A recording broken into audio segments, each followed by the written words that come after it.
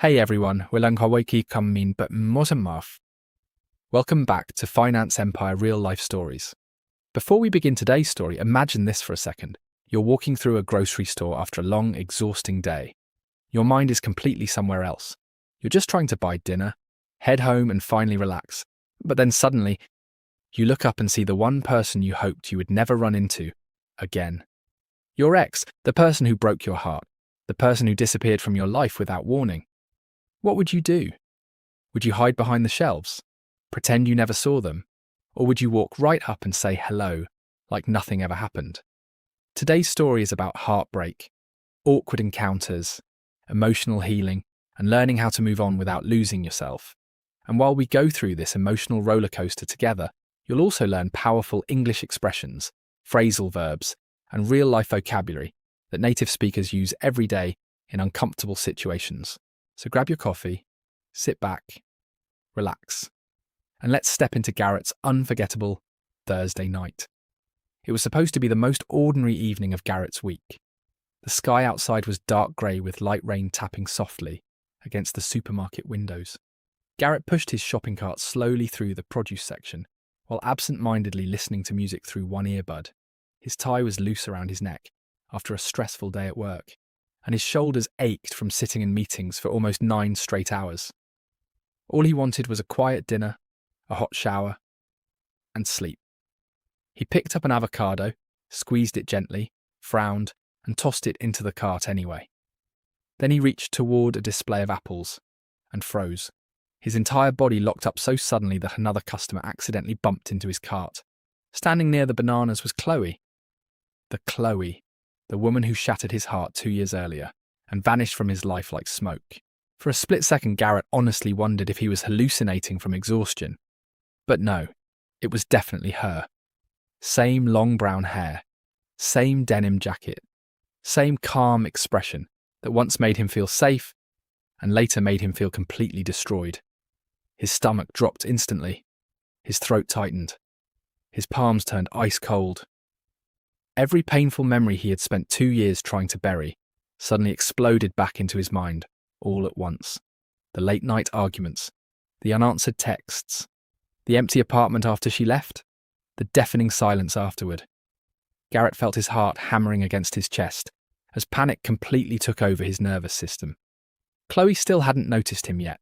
She was examining fruit peacefully, completely unaware that the emotional ghost of her past relationship was standing 10 feet away, trying not to collapse. "Abort mission," Garrett whispered under his breath. Without thinking rationally for even 1 second, he spun his shopping cart around and rushed into the nearest aisle like a man escaping a natural disaster. Unfortunately, fate had chosen the cereal aisle. Garrett nearly crashed into a pyramid display of family-sized cornflakes before stopping abruptly beside the oatmeal section.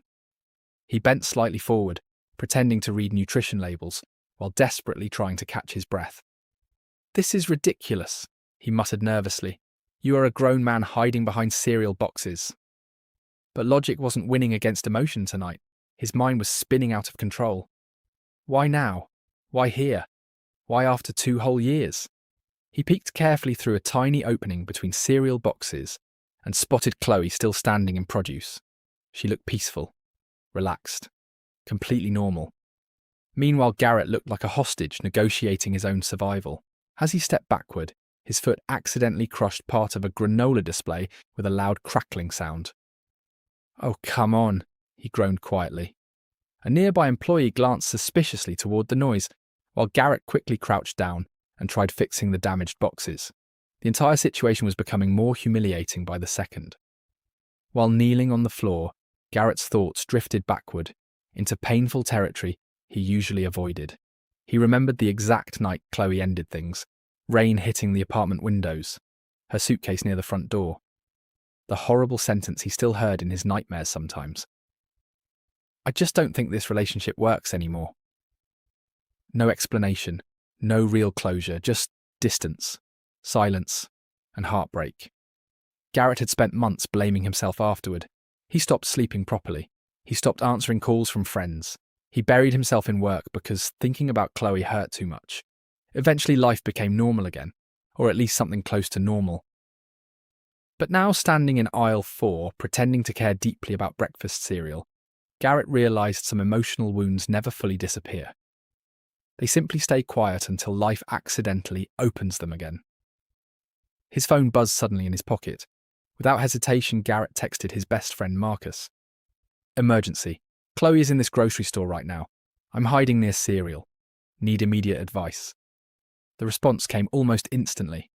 "Marcus, don't stop hiding immediately." Garrett rolled his eyes. "Marcus, you did nothing wrong. Hold your head high and say hello like an adult." Garrett typed back furiously. "My soul literally left my body 10 minutes ago." Marcus replied again. "If you run away now, you'll regret it all week. Bite the bullet and face it."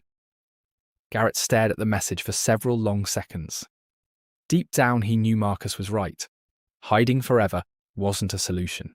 Eventually, he would need to act like a mature human being instead of a frightened teenager hiding behind cereal boxes. He inhaled deeply, straightened his posture, grabbed the shopping cart, and rolled slowly back toward the main walkway. His plan was simple now. Avoid eye contact, pay quickly, escape alive. Unfortunately, the universe had other plans. As Garrett passed the produce section, an elderly woman accidentally knocked over 2 pineapples. They rolled loudly across the floor. Everyone nearby instinctively turned toward the noise, including Garrett, including Chloe. Their eyes locked instantly. Time seemed to stop completely. Garrett felt frozen under invisible headlights like a deer in the middle of a highway. Chloe's expression shifted from confusion to pure shock within seconds. Then slowly, she smiled. Not a huge smile, just a small, surprised smile filled with uncertainty. And then she started walking toward him. Garrett considered fainting dramatically onto the supermarket floor just to escape the interaction. Too late now. "Garrett?" Chloe said softly once she reached him. "Wow, hi." "Hey, Chloe," Garrett replied carefully, amazed his voice still worked. "Long time." "Yeah," she laughed nervously. "Definitely long time." The silence afterward felt unbelievably heavy. It wasn't angry silence. It was stranger silence. The kind that happens when 2 people once knew everything about each other and suddenly know absolutely nothing anymore. They exchanged polite small talk awkwardly. Work, weather, the city, mutual friends. Garrett answered calmly, but internally his brain was sprinting in circles. Every casual sentence felt emotionally dangerous somehow. Then Chloe's expression shifted slightly more serious. "Garrett, I know things ended badly between us." There it was, the elephant in the room. Garrett felt tension rise instantly through his shoulders. "I really never meant to hurt you the way I did." Chloe continued quietly. "I handled everything terribly back then." For 2 years Garrett imagined hearing those words. Now that they finally arrived, they felt strangely surreal. Part of him wanted answers. Part of him wanted anger. Part of him wanted closure. But another part of him suddenly realised something important. He didn't need to win this conversation anymore. He just needed peace. "Thank you for saying that," Garrett replied honestly. Chloe nodded slowly, clearly relieved he hadn't exploded emotionally in the middle of the supermarket. Then suddenly another voice appeared beside them. "Hey babe, found the strawberries." Garrett turned. A tall man stood beside Chloe, holding a container of fruit with relaxed confidence. He naturally rested one hand against Chloe's shoulder. Garrett's stomach twisted painfully. "This is Ethan," Chloe explained gently. "My boyfriend." The word boyfriend hit harder than Garrett expected. Not because he still wanted Chloe back, but because reality suddenly became undeniable. Life had moved forward, for both of them. Garrett forced a polite smile and shook Ethan's hand firmly. "Nice to meet you." "You too, man," Ethan replied warmly, completely unaware of the emotional battlefield happening underneath the conversation. Garrett maintained composure somehow, but internally, he felt memories colliding with reality, all at once. This was the person now sharing Chloe's life, the person hearing her laugh every day, the person who replaced him. It stung. Of course it stung. But something surprising also happened. Garrett realised the pain no longer controlled him. 2 years earlier, this moment would have destroyed him emotionally. Tonight it simply hurt a little, and there was a huge difference between those two feelings. Garrett glanced at his watch dramatically. Well, I should probably save my frozen food before it melts completely, he joked lightly. Chloe smiled softly, understanding exactly what he was doing. It really was good seeing you, Garrett. You too, Chloe.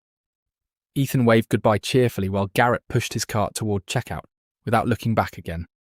When the automatic doors finally opened and cool night air touched his face, Garrett released the deepest breath of his life. Inside his car, sitting alone beneath dim parking lot lights, Garrett stared silently through the windshield for several minutes. Then slowly, he smiled, not because seeing Chloe felt good, not because the encounter was easy, but because he survived it. He didn't hide forever. He didn't embarrass himself. He didn't fall apart emotionally. For the first time in years, Garrett realized healing doesn't mean forgetting someone completely.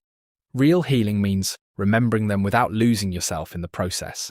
As rain tapped softly against the windshield, Garrett started the engine and drove calmly into the night, feeling lighter than he had in years. Sometimes closure doesn't arrive through dramatic speeches or perfect apologies. Sometimes closure quietly appears beside the avocado section of a grocery store, when you finally realize your past no longer controls your future.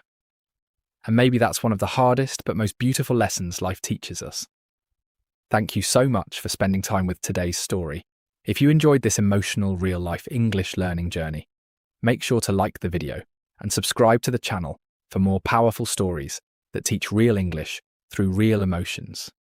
And before you go, tell me honestly in the comments, if you suddenly saw your ex tonight in a supermarket aisle, would you hide behind the cereal boxes like Garrett? Or would you walk up and say hello? Also, get ready, because in the next story, we're diving into a workplace betrayal that starts with one tiny lie and ends with an entire career collapsing overnight. Trust me, you do not want to miss that one. Until next time, keep practicing your English, keep growing stronger, and I'll see you in the next story. Goodbye. Garrett drove slowly through the rainy city streets, the windshield wipers moving back and forth in a calm rhythm, while soft music played quietly through the speakers. The supermarket encounter kept replaying in his mind like scenes from an old movie he thought he had stopped watching years ago. But strangely, instead of feeling crushed, he felt thoughtful.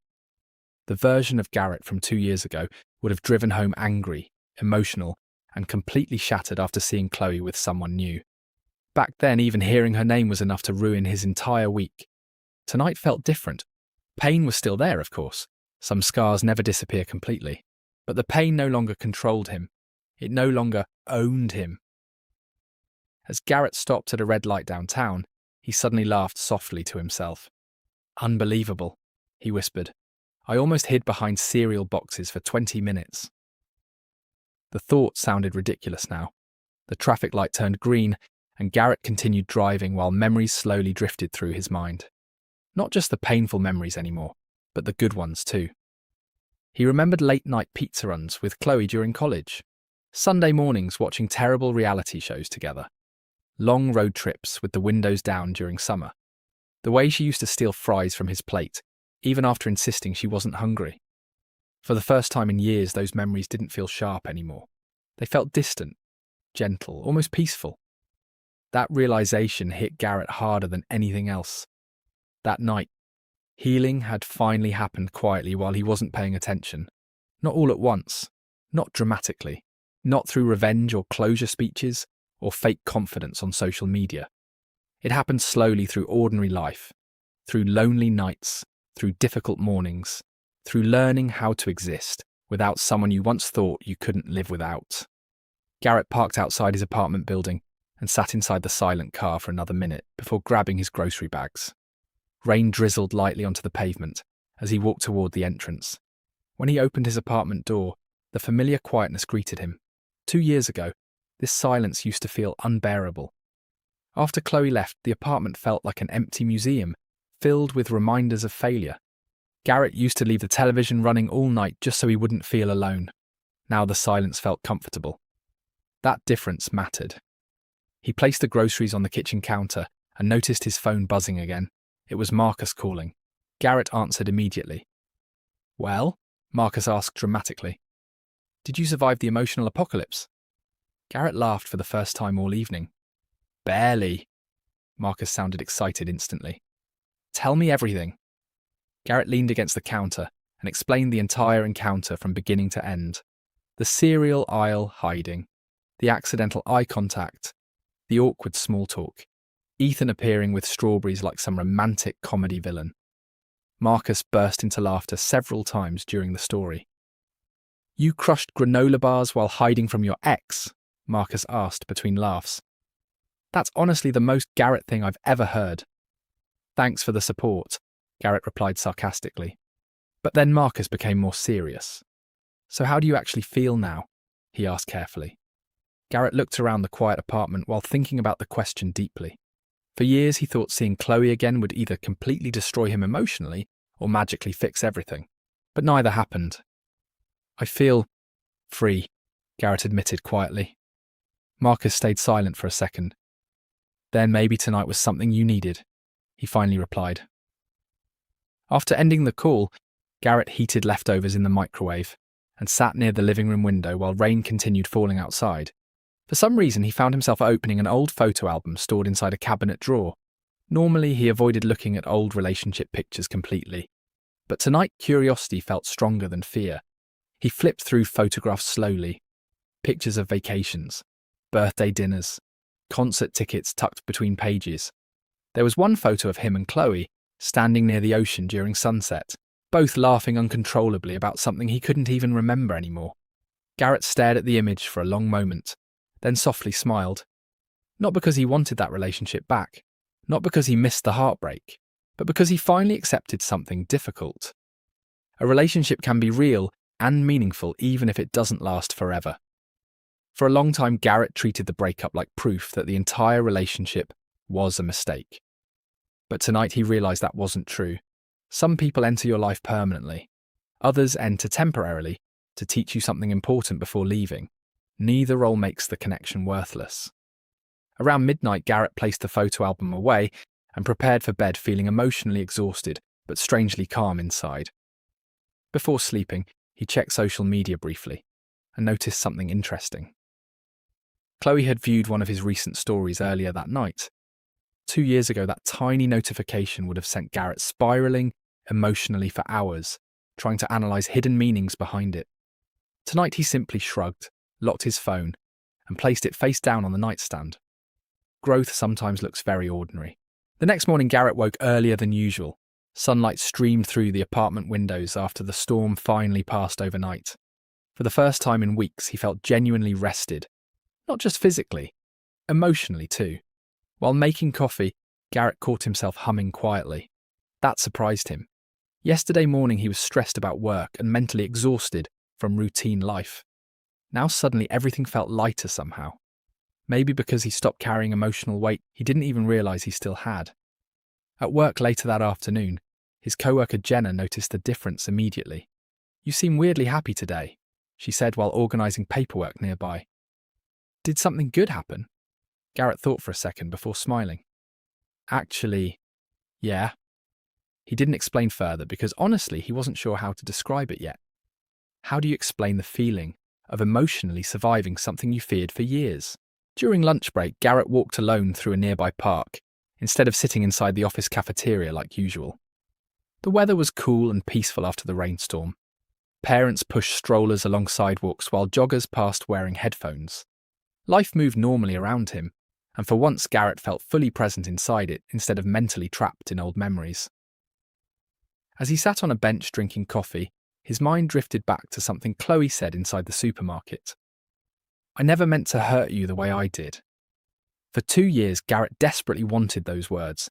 He believed hearing them would magically heal everything broken inside him. But now he understood the truth.